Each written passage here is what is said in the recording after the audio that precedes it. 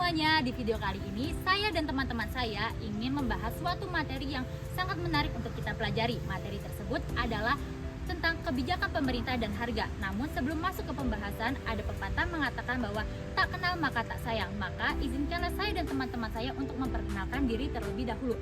Perkenalkan, nama saya Alia Nurharisa. Saya Grizalda Azarina Paramesti. Saya Ahmad Rafisfian. Saya Alrik Adinsyah Prasetyo. Saya Fira Anissa Megana Taniang. Saya Nadia Novi Ardela. Saya Najwa Auranisa.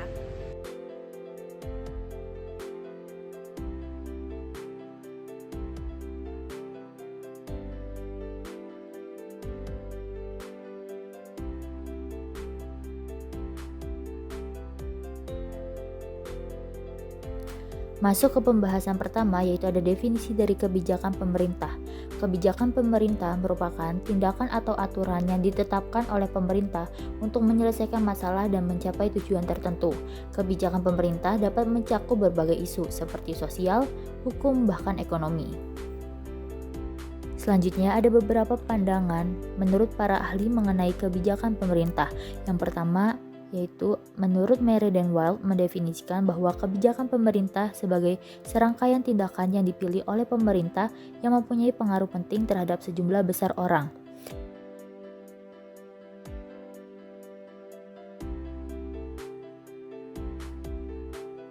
Yang kedua, Thomas Eddy mendefinisikan kebijakan pemerintah sebagai apapun yang dipilih oleh pemerintah untuk melakukan sesuatu atau tidak melakukan sesuatu.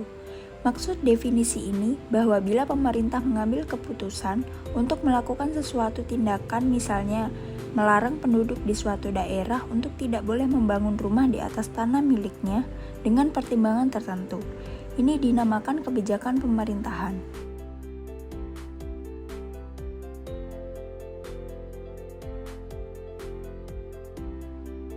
Kebijakan ekonomi pemerintah adalah bagian dari tindakan, keputusan, atau langkah-langkah yang diambil oleh pemerintah dalam suatu negara untuk mempengaruhi kondisi serta kinerja perekonomian di dalam negara tersebut. Tujuannya adalah untuk mencapai pertumbuhan ekonomi yang berkelanjutan, stabilitas harga, menciptakan lapangan pekerjaan, pemerataan pendapatan, dan kesejahteraan masyarakat. 3 kebijakan pemerintah dalam bidang ekonomi. Yang pertama, kebijakan fiskal yang berkaitan dengan pengaturan pendapatan dan pengeluaran pemerintah. Lalu kebijakan moneter yang berfokus pada pengaturan jumlah uang yang beredar di perekonomian dan suku bunga. Dan kebijakan struktural yang bertujuan untuk meningkatkan efisiensi dan produktivitas ekonomi dalam jangka panjang. Implementasi kebijakan pemerintah dan harga dalam bidang ekonomi. Kebijakan ekonomi yang dilakukan oleh pemerintah saat ini diantaranya adalah yang pertama, kebijakan ekonomi mikro. Ekonomi mikro adalah suatu ilmu ekonomi yang menganalisis sebagian kecil dari keseluruhan kegiatan ekonomi. Ekonomi mikro juga membahas mengenai perilaku konsumen dan produsen, serta penentuan harga pasar dan kuantitas produk yang dijual di dalam pasar. Kegiatan ekonomi mikro umumnya mengacu ke ruang lingkup yang lebih kecil, misalnya rumah tangga, perusahaan, dan pasar. Contoh ekonomi mikro yang paling sering kita temui adalah interaksi jual beli di pasar antara konsumen dan produsen. Dan berikut adalah jenis-jenis kebijakan ekonomi pemerintah secara mikro. Yang pertama, penetapan harga minimum. Penetapan harga minimum merupakan intervensi kebijakan langsung yang dilakukan oleh pemerintah untuk menjaga kestabilan harga di pasar. Penetapan harga juga bertujuan untuk melindungi produsen, terutama untuk produk dasar pertanian. Yang kedua, penetapan harga maksimum, atau yang biasa dikenal dengan harga eceran tertinggi atau HET, adalah kebijakan yang dilakukan oleh pemerintah untuk melindungi konsumen. Kebijakan HET dilakukan jika terdapat harga pasar yang dianggap terlalu tinggi di luar batas daya beli konsumen. Kebijakan ekonomi makro. Kebijakan ekonomi makro adalah kebijakan yang diambil oleh pemerintah suatu negara dengan tujuan untuk menstabilkan perekonomian dan menciptakan pertumbuhan ekonomi ke arah positif. Apa aja sih bentuk-bentuk kebijakan ekonomi pemerintah secara makro? Yang pertama, penetapan pajak. Penetapan pajak adalah kebijakan yang dilakukan pemerintah untuk mengenakan pajak pada berbagai komoditas dengan tujuan mengatur penerimaan negara dan mempengaruhi perilaku ekonomi masyarakat. Pajak dapat digunakan untuk meningkatkan pendapatan negara, mengendalikan inflasi, dan melindungi industri dalam negeri dengan cara mengenakan pajak tinggi pada barang impor. Yang kedua, Pemberian subsidi. Pemberian subsidi adalah dukungan finansial yang diberikan oleh pemerintah kepada produsen atau konsumen untuk menekan biaya produksi atau harga barang, sehingga barang tersebut lebih terjangkau. Subsidi bertujuan untuk mendorong produksi barang kebutuhan pokok, menjaga daya beli masyarakat, dan mengurangi dampak inflasi. Fenomena penetapan harga minimum, maksimum, pajak, dan subsidi di Indonesia merupakan respon pemerintah terhadap kegagalan pasar. Kebijakan ini bertujuan untuk melindungi konsumen dan produsen, serta mengatasi masalah seperti monopoli dan eksternalitas negatif.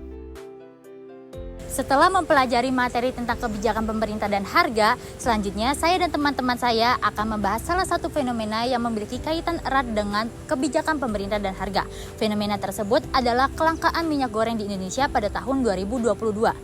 Di video kali ini, saya dan teman-teman saya akan mengeksplorasi berbagai kebijakan yang telah ditetapkan oleh pemerintah, seperti harga eceran tertinggi atau HET dan subsidi yang memiliki pengaruh langsung terhadap ketersediaan minyak goreng di pasar. Minyak goreng merupakan salah satu bahan pokok dalam kehidupan sehari-hari. Maka dari itu, minyak goreng menjadi sorotan utama ketika pasokannya mengalami penurunan drastis. Meskipun Indonesia dikenal sebagai produsen terbesar minyak sawit di dunia, namun nyatanya masih banyak masyarakat yang mengalami antrian yang panjang dan harga yang melonjak tinggi hingga 2 kali lipat bahkan 3 kali lipat dari harga pasaran. Juga di video kali ini, saya dan teman-teman saya akan membahas tentang faktor-faktor apa saja yang menyebabkan fenomena ini, seperti ketidakstabilan ketersediaan minyak sawit, fluktuasi harga CPO, hingga kebijakan pemerintah yang berpengaruh pada fenomena ini. Selain itu, kami juga akan membahas dampak-dampak sosial dan ekonomi, serta langkah-langkah untuk mengatasi masalah fenomena ini ke depannya. Meskipun Indonesia menduduki peringkat kedua penghasil minyak sawit terbesar di dunia, namun nyatanya Indonesia masih mengalami masalah dan krisis kelangkaan minyak goreng di tahun 2022. Banyak pelaku usaha dan masyarakat yang kesulitan untuk mendapatkan minyak goreng, hingga kenaikan harga terjadi di pasar domestik.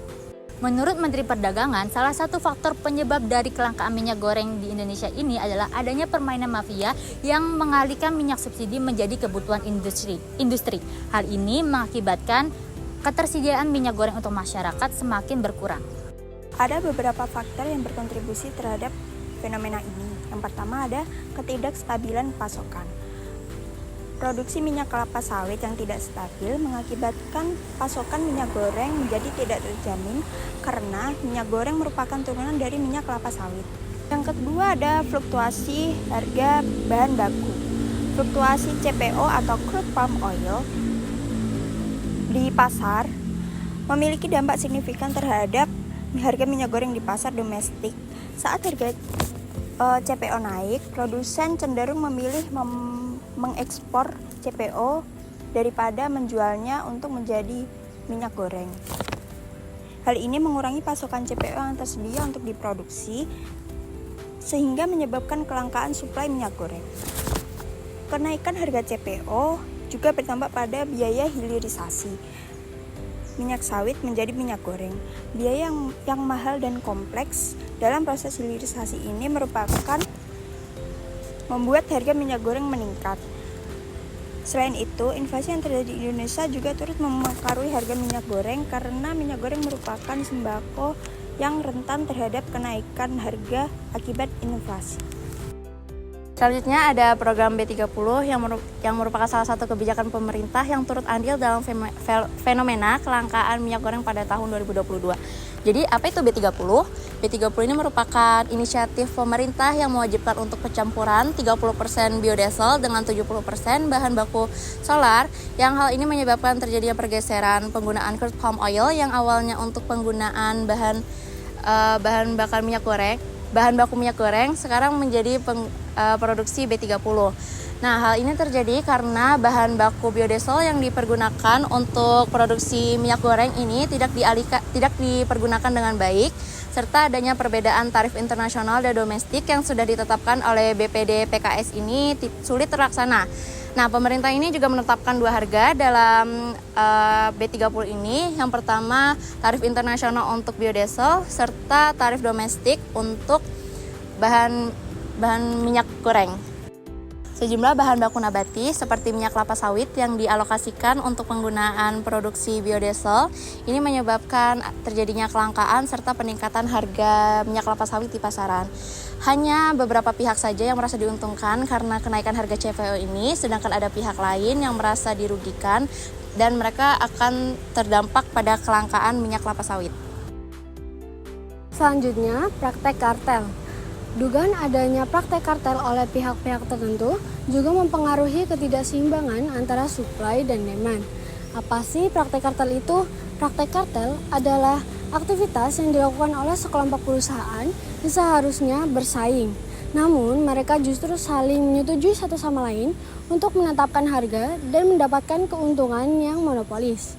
Kerjasama kartel ini dapat berupa penetapan harga produksi atau penetapan harga yang lebih tinggi untuk suatu komoditas. Persaingan pasar yang ketat telah mendorong maraknya praktek kartel, terutama dalam industri minyak goreng, yang dimana industri ini merupakan salah suatu komoditas utama bagi masyarakat untuk memenuhi kebutuhan sehari-hari. Meskipun harga minyak goreng mengalami kenaikan, tetapi keberadaannya tetap dicari oleh masyarakat. Sehingga pelaku usaha mendapatkan kesempatan untuk melakukan praktek kartel. Ketika pelaku usaha menetapkan harga yang lebih tinggi, mereka mendapatkan keuntungan yang lebih besar. Namun, dugaan praktek kartel ini masih belum dapat dipastikan dan memerlukan identifikasi yang lebih lanjut untuk mendapatkan bukti yang kuat terkait keterlibatan beberapa pelaku usaha. Dampak dari perang Rusia dan Ukraina merupakan konflik global yang turut mempengaruhi rantai pasokan dan bahan pangan di seluruh dunia, termasuk Indonesia. Konflik antara Rusia dan juga Ukraina. Rusia dan juga Ukraina merupakan penghasil minyak biji bunga matahari yang merupakan alternatif pengganti dari minyak kelapa sawit. Konflik ini menyebabkan produksi serta ekspor minyak biji bunga matahari dari Ukraina menjadi terhenti, yang menyebabkan naiknya permintaan minyak kelapa sawit yang membuat harga minyak kelapa sawit menjadi sangatlah tinggi. Menurut Menteri Perdagangan, harga minyak kelapa sawit yang awalnya hanya 14.600 menjadi 18.000. Meski sempat menurun, tren kenaikan harga terus meningkat. Hal ini menyebabkan permintaan minyak kelapa sawit di pasar global menjadi sangatlah tinggi karena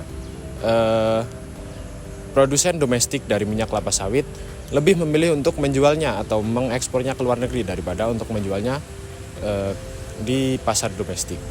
Perang ini menyebabkan ketidakpastian harga komoditas-komoditas di pasar global. Tidak hanya minyak kelapa sawit yang terdampak, tetapi komoditas-komoditas yang ikut membantu produksi minyak kelapa sawit ikut meningkat karena ketidakpastian yang disebabkan oleh perang ini. Faktor-faktor yang mempengaruhi antara lain seperti pola konsumsi masyarakat, permintaan masyarakat, dan juga kebijakan ekspor dan juga impor pemerintah ikut berpengaruh terhadap kelangkaan minyak kelapa sawit atau minyak nabati di Indonesia. Selanjutnya, tindakan yang dilakukan oleh pemerintah. Dalam menghadapi kelangkaan minyak goreng di Indonesia pada tahun 2022, pemerintah perlu mengambil tindakan yang strategis untuk mengatasi fenomena kelangkaan minyak goreng ini. Adapun yang dilakukan oleh pemerintah untuk mengatasi kelangkaan minyak goreng di Indonesia pada tahun 2022 ini adalah 1. Kebijakan pemerintah menerapkan satu harga. Kebijakan pemerintah yang menerapkan satu harga untuk minyak goreng pada tanggal 19 Januari 2022 dengan subsidi sebesar Rp14.000 per liter seharusnya diikuti oleh kebijakan pembatasan pembelian. Hal ini penting, sangat penting, mengingat maraknya aksi panik, aksi borong atau panic buying yang dilakukan oleh konsumen. Nah, yang mengakibatkan stok minyak goreng berkurang drastis sejak penerapan kebijakan satu harga tersebut. Namun, kebijakan ini ternyata dinilai kurang efektif karena pedagang di pasar dan warung kecil belum mendapatkan informasi yang jelas mengenai kebijakan atau mekanisme penggantian subsidi ini. Akibatnya, ternyata harga di luar retail menjadi tidak terjangkau sehingga membuat sebagian masyarakat mengalami yang namanya panic buying. Pada tanggal 1 Februari 2022, pemerintah mengeluarkan Peraturan Menteri Perdagangan atau Permendak nomor 6 tahun 2022 tentang harga eceran tertinggi atau HET minyak goreng sawit. Dalam peraturan ini, HET ditetapkan sebesar Rp11.500 per liter untuk minyak goreng curah, Rp13.500 per liter untuk minyak goreng kemasan biasa, dan Rp14.000 per liter untuk minyak goreng yang kemasan premium. Diharapkan bahwa kebijakan HET ini akan lebih efektif dalam menjaga stabilitas harga minyak goreng yang terjangkau bagi masyarakat. Dengan penetapan harga dan margin keuntungan yang lebih relatif jelas di tingkat produsen, distributor, dan juga pedagang, diharapkan harga minyak goreng dapat sampai ke tangan konsumen sesuai dengan nilai HET yang ditetapkan. Pemerintah menetapkan HET untuk minyak goreng yang bertujuan untuk menjaga agar harga tetap terjangkau bagi masyarakat. Meskipun kebijakan ini dihadapkan pada tantangan dalam pelaksanaannya, langkah ini diharapkan dapat membantu menstabilkan harga. Dengan langkah-langkah strategis ini, pemerintah berharap dapat mengatasi kelangkaan minyak goreng dan memastikan ketersediaannya bagi masyarakat. Berikutnya yaitu upaya pencegahan. Untuk menghadapi masalah minyak pada tahun 2022, Indonesia harus mengambil langkah strategis untuk mempertahankan minyak goreng dan menanggulangi masalah ketersediaan agar fenomena ini tidak dapat terulang kembali. Adapun beberapa cara pemerintah untuk menanggulangi masalah ini, yaitu yang pertama, pemerintah dapat melakukan pertimbangan dengan melakukan disertifikasi pada minyak nabati dengan mendorong pengembangan alternatif. Dengan langkah ini, mengurangi ketergantungan pada satu sumber minyak saja seperti kelapa sawit. Yang kedua yaitu, pemerintah perlu melakukan usaha meningkatkan efisiensi produksi. Pemerintah perlu mendorong dengan cara menggunakan teknik yang lebih efisien dan menggunakan pupuk yang lebih baik, sehingga hasil panen pasokan minyak goreng tersebut bisa lebih stabil. Yang ketiga yaitu mengurangi fluktuasi pada harga bahan baku. Pemerintah bisa mencari bahan baku minyak goreng tetap stabil. Pemerintah juga bisa dapat melakukan pemasokan, melakukan kerjasama dengan negara penghasil agar harga minyak goreng ini tetap stabil, sehingga produsen dan konsumen tidak kesulitan dalam mencari minyak goreng. Yang keempat yaitu memperkuat regulasi untuk mencegah praktik kartel yang berpotensi merugikan. Pemerintah perlu membuat aturan yang lebih ketat untuk mencegah praktek kartel ini. Dengan mengawasi dan menegakkan hukum yang lebih ketat, dengan cara ini diharapkan persaingan di pasar minyak goreng ini menjadi lebih sehat sehingga tidak adanya harga lonjakan dan ketersediaan minyak goreng tetap terjaga. Itulah pembahasan materi mengenai kebijakan pemerintah dan harga. Semoga materi yang kita sampaikan bermanfaat bagi kita semua. Terima kasih yang sudah menonton. Dadah.